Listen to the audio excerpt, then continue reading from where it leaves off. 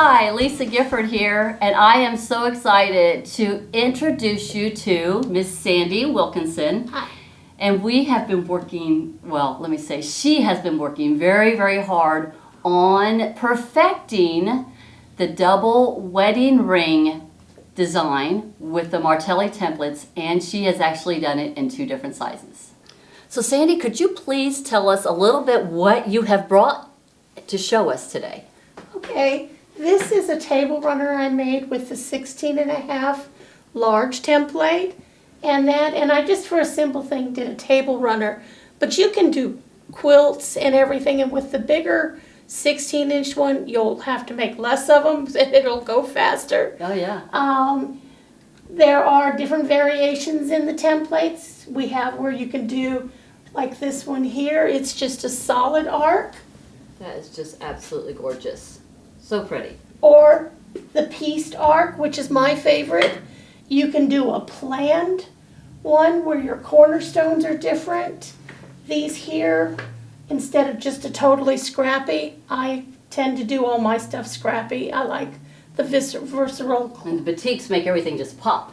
Yes. Yeah, so pretty. It's my favorite. Mm-hmm. Then we have, in the template is set also, is where you can do the orange peel. And I just did a table topper to show it off and everything. And then this is what I call the mini set. And it's 13 inches? between 12.5 and 13 inches. And again, I just did a scrappy Christmas. And I'm actually going to go back and quilt it. David has promised me a belt tracing template so that I can put a bell in the middle. That would be awesome. So what's really amazing about this, that you're going to show us today how to make one of these blocks, and the instructions that she's going to give us is going to work for both, whether you're going to be doing the smaller one or the larger one. So it all will kind of all blend together. Yeah, the larger one is easier because you're working with bigger pieces. Yeah. But it is very doable to do the little one. And it's fun, especially if you're going to do a table runner or a wall hanging instead of the bigger one. But I even like the big one for a wall hanging. The double wedding ring is one of those patterns that's been around a very long time. And I mean, back in the day, I mean, girls would make their, for their, help chest, they would have a double wedding ring template or pattern in there. It's one of those patterns everybody wants to make. Yeah, absolutely. But they're afraid of the curves and everything. They don't like the idea of the curves and piecing them. But the templates make it very easy. Yeah. You get an accurate cut, and it doesn't slip on you, so it makes it a whole lot easier to get your pieces right and the curves go in like they're supposed to. That's what Martelli's all about, the accuracy with the cutting. Before, we just had these little paper pieces, and then you would hope you would get it cut right. But when you're using a Martelli template, it's going to be perfect every time. And she has worked very hard to perfect these templates so that they go together easily. Yeah, there's a couple sets I rejected. Yes. We've been working on this for a long time. So Sandy was gracious to step forward and said, I can do it. And I was so happy because I don't know much about the double wedding ring, but we're so excited to bring this to you. So Sandy, why don't you go ahead and tell us some of the supplies that you're going to need that will help you in making the Martelli double wedding ring? Well, you're definitely going to need your rotary cutters. And with the little ring, the little mini set, you definitely need the 28-inch. You can do it with a 45, but the 28 works better on definitely these makes curves. it easier on these little tiny curves that are on the mini set. Of course, you'll need the templates, which you can get either the large or the small. Mm-hmm. Yeah, the templates is the key to making this a whole lot easier. And what makes them so great is they have this on the back. Absolutely. Has that get a grip on the back, so when you set it down, it's not going to slide for you. And they've cut registration marks in here because your centers are very important when you're lining everything up to make it sew together smoothly. And you can use the pencils to just go in and you mark them. And what I did was, after I cut it, if the marks weren't quite as much as I wanted, I went in back and remarked it, but you need to cut it first. Okay. So you don't have to struggle trying to reline it up. And just so that you know, the templates don't have the holes cut in the back of the Get a Grip. So she recommended just using some scissors or something and just kind of poking them out. Poking them out and getting them all nice and bigger for you to work with.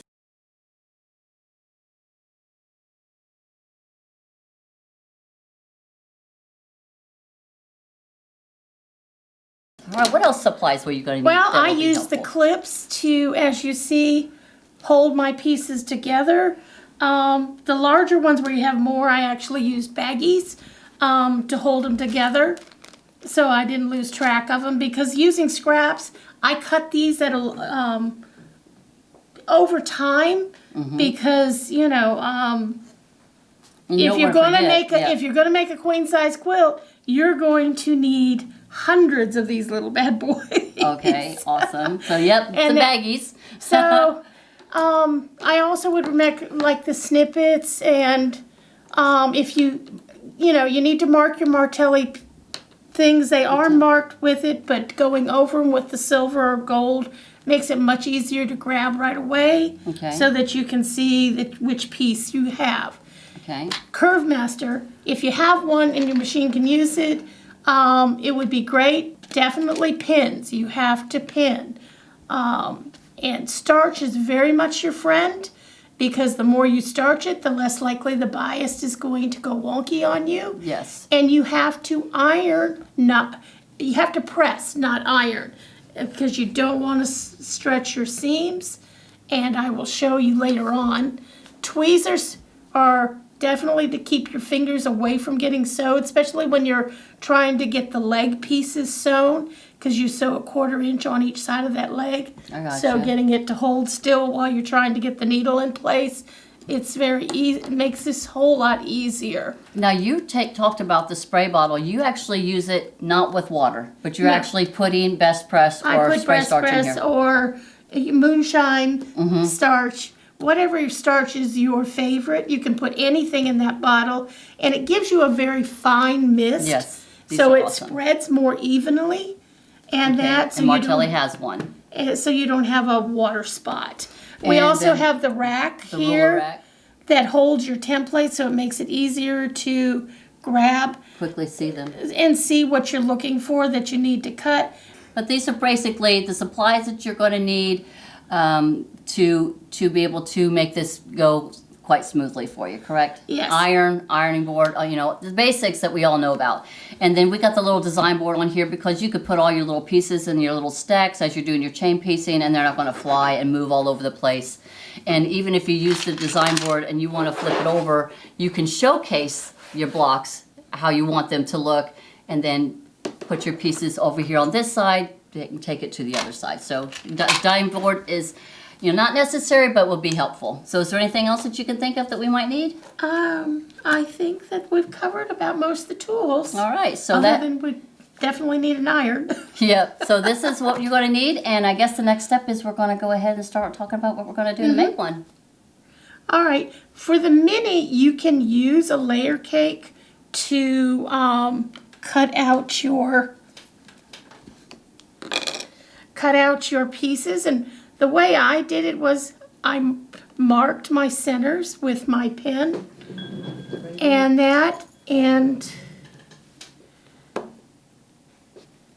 you have to open up the brown material, the non-skid, but then you can cut the pieces. Yeah, don't move it after you mark until after you get your cuttings done. All right, so then you just cut it out.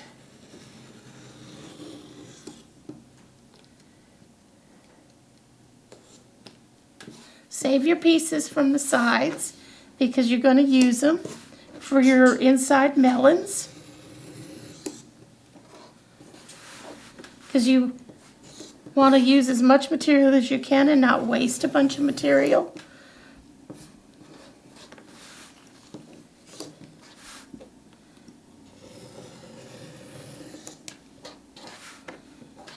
And there you have it. So here is your pieces. Now you can either go in and remark them, or if you don't have the Martelli pencil and you need to mark them, what I have also done is find your centers, just kind of little finger press, and take just a tiny little nip out of where these centers are, because you have to find, when you're lining up your other pieces. So you're like creating darts, like Yeah. we normally would see like on paper Yeah, pattern. see, so you've got just a little tiny nip. You don't want to get too big of one because you don't want it to be bigger than your 1/4-inch seam. That is a really cool hint right there. So, yeah. you know, Very if you nice. can't mark it or you have a hard time seeing that little mark, you can always do the little nips. And that, Look and at then that. you take your, Your other white pieces there and the it is. melon. Gotcha. Yeah, so you can stack them up carefully. I always try to put the biggest piece underneath so I can see, make sure that when I cut my melons out, I'm going to get a whole melon and not something that's not viable. But you just line them up, and because you can just twist it however, and mark your centers.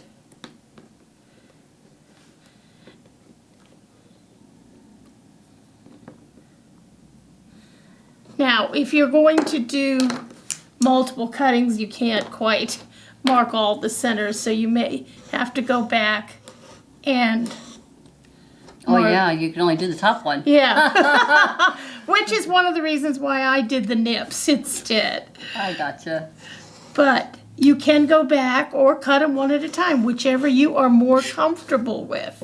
All right, so show how you would do a nip on like them little melon pieces. Okay, so when I'm doing the melon pieces, I just Fold it directly fold in it half. directly in half and then just take a little nip. So then you have this nip to line up. And what you're going to do is when we get the other side, I'll show you where that actually lines up at. Oh, okay. And that, so So you'd be making quite a few melons. You'd be making all of your centers. So then, what section would you be doing next? okay, the next thing we're going to do is you're going to chain piece all your center arc pieces, which is piece C. Let's And see, you is need- this your C's?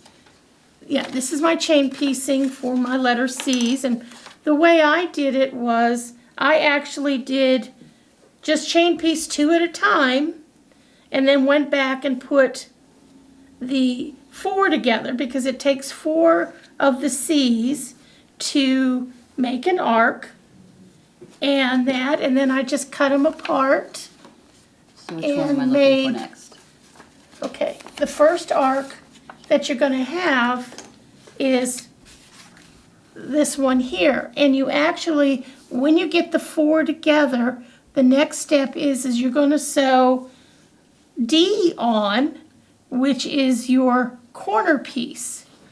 And that, so you're going to do half of your arcs with, no, you're going to do all your arcs with D on them, On each end? on each end. So you got your 4 Now- C's and then a D on each end. If you are not cutting with batiks, where it doesn't matter which side is up and which side is down, you have to do a reversal Okay. because these are opposite curves, so you need a reverse of it.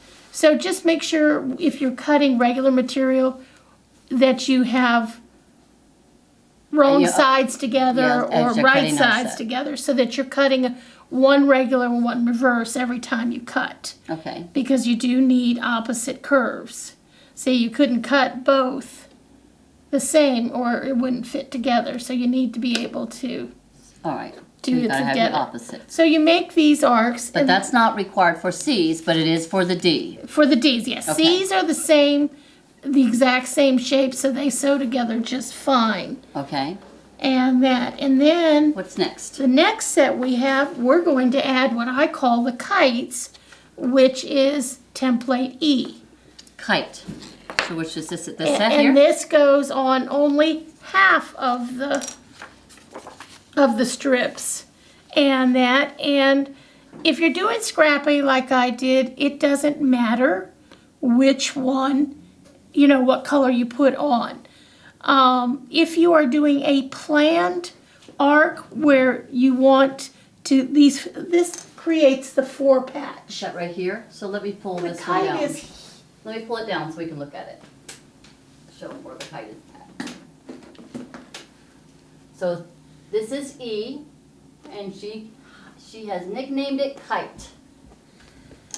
because it looks like to me it looks a little bit like a kite. And so it is this one right here? Or is it this one right here? Yes, no, the kite is right here. And what this it's going to square do, here. if you have more than one row, you're going to get a 4 patch. Okay. And some people want a planned 4 patch. Okay. Is it where- here? Is it here? It's 1, these 2, two. 3. Yes, Yeah. it's these 2 here, and there would be another one here. So we got, this is part of it too, the Yes, kite. So there's 3 kites, and if she was to making it bigger, then you would be having the 4th kite. Okay, So gotcha. if you want planned one, like I have seen people do here. Oh, this is where you made the bigger one. Okay. Okay, see how I've got, where I've This got would the be darks and the the E. lights? Mhm. Well, half of the arcs I did with the dark blue on each side, and half of them I did with the light blue on each side, so that when I joined them together, they recreated the 4 patch. Isn't that pretty? That is so pretty. And this was the one, this is the variation where I used a piece of ombre material and just cut the whole arc out. Yeah, so that would have been that. This is the larger piece, so it's but that F. is, So it's- instead of doing D's and C's, you would just do yeah, an you F. just do an F. And that would make this. And that, but you still have to do the E's with Yeah. the whole arc. Okay. That makes sense. Alrighty. So next. So then you get your arcs together, and we're going to sew the first melon on. When you sew the melon on, you sew the smaller strip first, the one that does not have the kites. And you need to,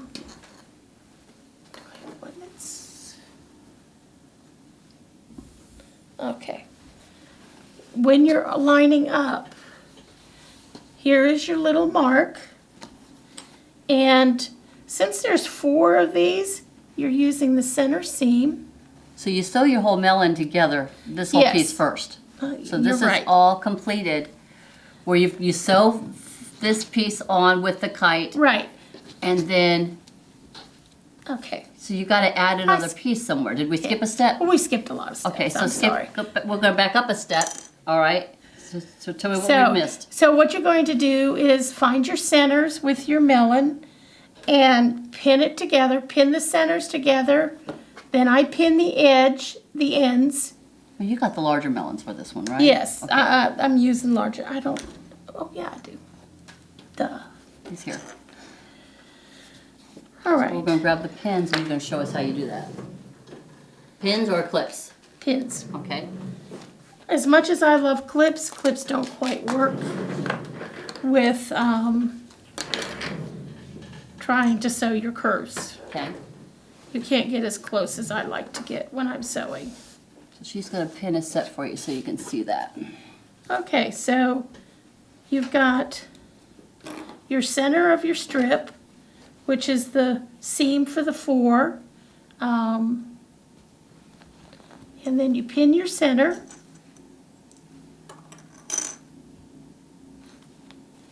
And then you come and you pin, you line up the flat part of the melon with the flat part of the part D, and you pin that. If you're not wholly comfortable with sewing curves, you can definitely add more pins to hold them in place. I go ahead and pin the first one, even though I'm going to have to take it out immediately, because I sit and I pin a bunch of them together. at the same time. So you can get them all pinned while you're sitting Right, watching so I can TV or something. so I yeah. can chain piece. Yeah.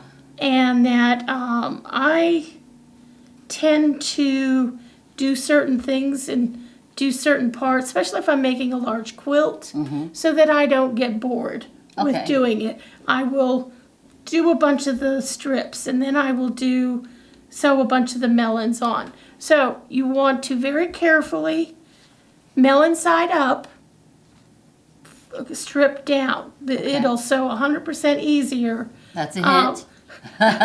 Yeah. Definitely. A couple times I did the other way, and it really is a struggle to get a hold of it. But if you do the melon first, okay. Then the feed dogs help ease it in. And another clue is I sewed very slowly. Oh yeah. Very this slowly. This is one of those you're not going to floor it pedal to the metal like I do. That's why I would probably struggle with this one. But I sew it slowly so I can easily take out the pins as I come. And you should end up, we have one that you've gotten done right here, right? Right here. So you're about halfway in the middle of this piece when you do the floor. Okay. So then the next part is you have to, after you get a bunch of them done, you need to iron or press. I keep saying iron. You want to press. It is critical. No stretching, just pressing. Going back and forth. It is up, down, up, down. And there's lots of bias here, so we do not want to stretch it. I mean, some of these pieces, especially if you're cutting scraps like I do, they've been cut biased instead of straight at grain. There are patterns out there that tell you always to cut your pieces straight at grain but it uses a lot more material to cut it straight at grain once you figure it out.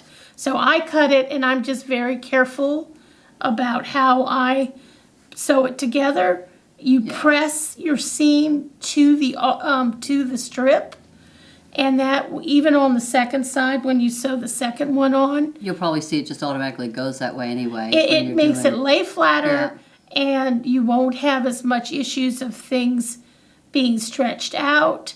I use starch. I starch everything. When I iron these pieces, I starch them, and also when I'm pressing, I push them aside and let them cool.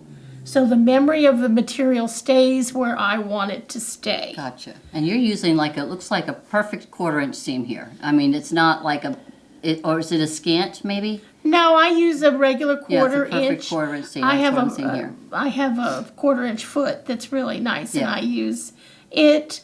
And it keeps everything nice and even. Okay. So now this is showing the C's, the D's, and then the melon. And then we got the kite that you're going to add onto what piece here? Right, and then the next piece you're going to add, once this is cooled down and everything, you're going to add this one. As with the other one, you start with this pinning in the center.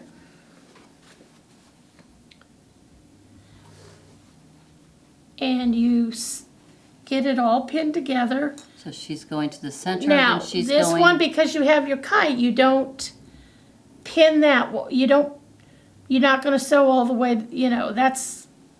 These pieces sew together here. So what I do to make it easier, you're cutting your threads and breaking them a little more, but I find that the pieces go together better. Is that I do not sew the kite on. I go ahead and sew it onto the melon first with the melon side up. Then I come back and I sew. So you sew this part first. So what she's saying is she's sewing this part first from here to here? Yes. And then you're going to come back and then line these up? Line them up. And there is a curve to it. So you need to watch your curve, because you don't want to sew a straight line. Because what you're going to do when you line it up to sew, you're actually going to bring this piece up to where it's flat across the top. Okay. And I sometimes put a pin way back here out of the seam line so that it stays lined up. So you need for this to be flat on the edge, not crisscross, but it needs to be even on the edge. Okay. So that the quarter piece comes around. That's important, and not crisscrossing off, but even at the edge. And then you just gently sew it in. And from here to where you'd stop sewing. Now, it is a curve, so don't, know that you've got to ease it in and not just go fast and sew a straight line. I got It sometimes feels a little bit like a straight line, but there is a little curve there.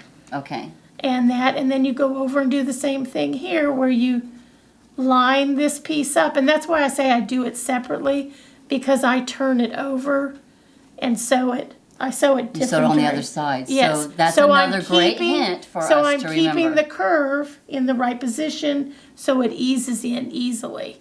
Very nice. Okay.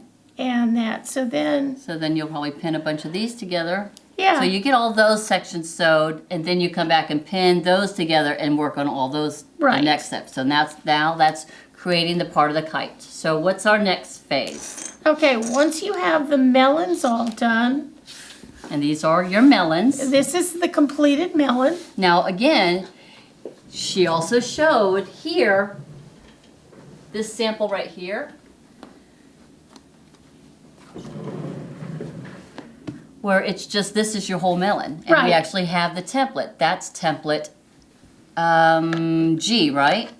Template G. Yes, template G. So if you didn't want to do any piecing at all worth using, you would just skip all those and just go straight to G. So that's why this template set is so versatile. And there's so many YouTube videos out there that shows all these different ways to make it. But she wanted to take the time to show you, okay, if you wanted to piece it, here's what you wanted to do. If you wanted to do a melon, but have two colors of a melon, and that's what she had done here. Or if you wanted just a solid melon, then we got the template for the solid melon. So don't be intimidated by all the pieces of the template thinking you got to use all of these. It's whatever you decide how you want. Well, and then I even cheated and decided I didn't want to take the time to cut all those things. What did you do? Mrs. Martelli says, well, can't you just do a strip set and cut it? I said, well, let me see. Okay. So I made a strip set. I made a long strip set, about 18 inches long. And then there's only a little piece, so I may have to show you on the little one. But then I just cut it out. And this one, all you have to do. one that you've done that's shown that you've sewn that showed it. It's this one right here. It's this one here. Now, if you do the strip set, these don't always come out exactly even. But unless you tell the person that that's not the way it's supposed to be, who's going to know? It's designer choice. So, somebody who knows wedding rings really well. I mean, like this piece is just a little longer. I mean, they're not as uniform when you're piecing. If you can tell the difference put up here. But if you want the look of a really scrappy thing, but you don't like it handling all those little tiny pieces, well, then just do a strip set and use the arc. Or you could do a strip set and just do the melon. Absolutely. Oh my goodness. You could just put the melon across it. Across a strip and you set. would have a striped. Oh, that's so cool. I hadn't thought about that one. I could do that one. I could sew as fast as I want on those strips. Yes, you could. You could put pedal to the metal. So I would have a scrappy looking one if I did a strip set and just cut my melons out. Yeah. Oh my goodness, how cool is that? I'm excited to try it. Awesome. Okay. So that is what, Marcia, she's amazing, isn't she? Absolutely. So here you go. If you want to do some strip sets, you got a whole bunch of, and you know what? You could probably do it in strip sets of different widths. I mean, they wouldn't necessarily have to be 2.5-inch strips. It could be whatever you want to be. Oh my goodness, think I actually did 1.5-inch strips so that I could get enough strips in. Mm-hmm. And that, and the end pieces I made larger, so. So that would be this price right here. This would be your strip set. No, it'd be the whole thing, right?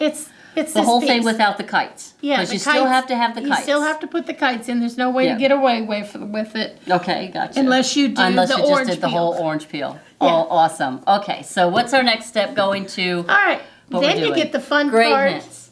of putting it onto the center. So when you're putting it on the center, there's a couple things you have to do. One of the things I do is, and I learned this from a video that I watched on, so that these don't hang out and they come together better.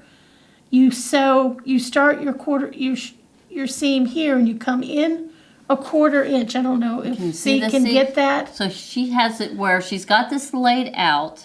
Now, is there something I'm looking at here? Okay, so you're starting, you got to remember a quarter The 1/4 inch inch, in from the kite. Starts So at the top. instead of kite. starting sewing there, she's coming from the edge of the, let's see, so she's taking this part right here.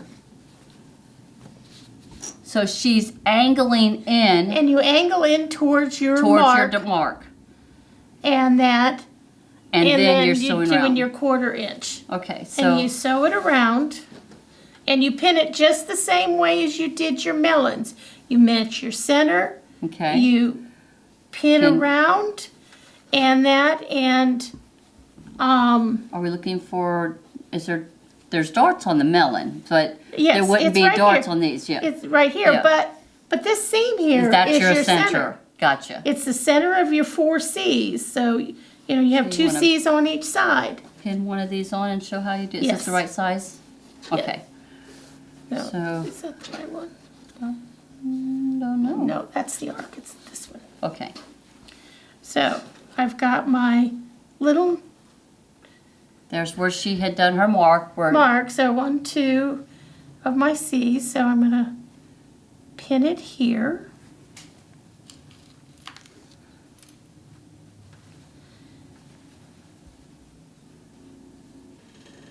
So your mark, you're finding your dart because there's going to be a dart there. No, there would have been, right? That's where you need your mark. But you would have had a dot right there. So you're Yes. putting that dot So, you're going to on the seam. you put it here, and you make sure you've gone up a 1/4 inch. Your dot will be right here. Okay. So I'm going to, after I've gotten it all sewn together. Now this one, it's harder to do this, to see the dots and things, because it would be nice if we put right sides together. Okay, there we go. And not wrong. Okay. Wrong and right. It's not nice when you have to tear these out. So you might need a pair of seam rippers. I know I would. Yeah, seam rippers are a needed thing, but Jack. be careful. Try not to, because you're working with bias, and once you've ripped it out once or twice, Oh. you have stretched it, and you need to start with a new piece of material. Okay, so don't do so much seam ripping. And, Take your time, go slow, focus on what you're doing. So, and then you just pin it. So you're lining up your seam Since I a can't, 1/4 of an inch from the edge, right? So what I do is, this is a 1/4 inch seam, so I make sure the foot of the center is lined up with my seam, with the edge of my material, so Okay. I know that that's a 1/4 inch. And then you sew them together. Now, if you've got where you've got more pieces, you do not want to sew this piece together first. You just want to concentrate on getting this curve So you're just done. sewing from here to here if you're making it bigger and bigger. Yes. I got So, and So that would be Y seams then, right? You would be having like Y seams if you're adding to it? well, it's not quite a Y seam, because when I get it sewed, I will take this piece and I just kind of, That's if you're closing in the ring. But if closing you're it. adding You've done this and you're closing in the ring. yeah. This is a straight seam. So what I do is I sew from the top down to here, and I do stop at that 1/4 inch mark where I started. Okay. And with anchoring these edges down, then you don't get them caught in your seam when you open them up. So that's what you're seeing So here. you get here, Okay. and you get just a little tiny point. Okay. And that, Here to here. so, well, this is the straight seam. Yeah, that's yes. your straight seam. And But- then you're stopping here Right. because I gotcha. So that it lays flat. Okay. And that's important. We don't want it being bubbled up. Yeah, so that is what it would look like once you've sewn it all together. Okay. And that, now, if you are doing did Opening where you're going to be connecting. where you are connecting, it is not like a more traditional quilt. You do not sew the whole block together and then sew another block together. You need to sew it in a S, like a serpentine. Okay. So some of the melons you put on and some of the melons you do not put on as you are sewing them. And, oh, we never talked about the chips. The marking chips for your rows and Yeah. things. So This they have comes these. in very Yeah, handy. the chips, because it will mark your rows. It can mark, your blocks, so you keep everything in order. And she showed how she had laid this out and done that using the chip markers. So So, this is G. So this is where you had done 3 sides, but you didn't connect here, because you were working on this to be a layout. yes, it's going to be a wall hanging. Okay. Okay, Lisa, when you go to sew the blocks together, you don't want to do like you traditionally do and sew the whole block and then put it together because you've got to fit these melons in. Okay. So, this one I did 2 and then 3 and then 3, but you could also do the 3 or do a whole one and a whole one here and just the 2. But what you want to do when you go to do the rows, like here, you want to sew a serpentine. Okay. So, So you would be sewing this like this. right. And then you come up. No, you're going to stop there and You're come going to stop here there. Okay. and go here and then back up here. I gotcha. So, And this one would have been a serpentine. right. This one, well, these two, you sew the rows together. So Okay. you get the row together. And what I would do is if you're doing a quilt, a king size quilt or a queen size, I would do it in sections. Okay. I wouldn't try to do the traditional all You make the the way whole block and make a across. whole, yes. But you could, depends upon how you like, but you do one row, but you gotta make sure in how you join these, where you mesh up to the centers to the melons from the next block. Try to keep it where you're going, making an S curve, Okay. so that, because you, So this could have been like a section, and then Right. your next section would have been where you would have, I did All of these- when I did a queen size quilt, I did mine in quarters okay, to make it more manageable, because you're working with curves. uh-huh, And some of the times you're sewing the curve wrong unless you want to flip the whole thing over and sew it again. So if you're sewing the curve wrong, you need to go even slower, and you don't want to be fighting a lot of material. and you don't want to be stretching anything And anyway. you don't want to be Yeah. stretching the bias. That's why I would recommend, if you're going to do a full size quilt, do it in quarters. Okay, And that way you've not got a lot of tug and pull. okay, And even when you go to sew the whole quarters, you've got equal amounts laying on top of each other. So it's less likely to pull. A good flat tabletop, like when you're doing your quilting, your free motion quilting, when you're piecing it together, will help keep it from stretching and pulling also. And we have the chips. Mark your blocks. so you can put the puzzle together. Yeah, absolutely. And that would make everything so much easier to, mark your blocks, but take a picture. Use your phone, take a picture. That way you could also see, because she wanted to make sure that she had her lights and her darks at her intersections on how she had designed this one out. These were planned corner points, so I had to make sure that my 4-patch, when it's sewn together, would be lights and darks opposite. Absolutely. So that answered that, and again, that's just showing you how she was able to take it, not just doing just a table runner, but to be able to expand it, and how you would be able to add to it to make it bigger and bigger. Absolutely. So Yeah. this is just a lot of planning on this. And this was the 16.5-inch one, Yeah, the larger size. And that's this template right here. So this is the double wedding ring template. I'm excited about trying it, sewing strips and what we had talked about, and I think doing a I strip may have set to with go the home melon. and try that one to see how that looks. So it's less pieces. You're only talking about the melon, and then you just. How did you come up? Now is this applique down? You took it and you applique down, but it looks like it's all one piece. I took a piece of very lightweight interfacing. I stitched it down, trimmed it, put a slit in the back of the interfacing, and turned it right sides out so I don't have a raw edge. Oh, how amazing. So then you would be intersecting in the same way like you would be doing it here. Just have your parts and pieces not on there so you could do your serpentine sewing. Right, and I've started playing with doing one circle and putting, appliquing it down and making a placemat with it. Okay.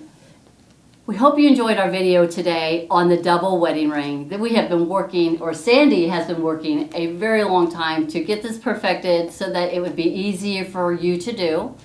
There's tons of videos online on YouTube that talks about and shows you different ways to do the different layouts. And of course there's also books out there. Absolutely. That you can get on the double wedding ring. What we have done is that we've created a template so that you can make 2 different sizes and be able to use all the different pieces and components to do all kinds of different ways of doing the double wedding ring, whether it's with the piecing, where it's really scrappy, whether it's very simplified with just using the melons, or making it take it a step further and adding some more dimension to your melons. So we wanted to make it easy for you to cut out and easy for everything to just all fit together like a puzzle.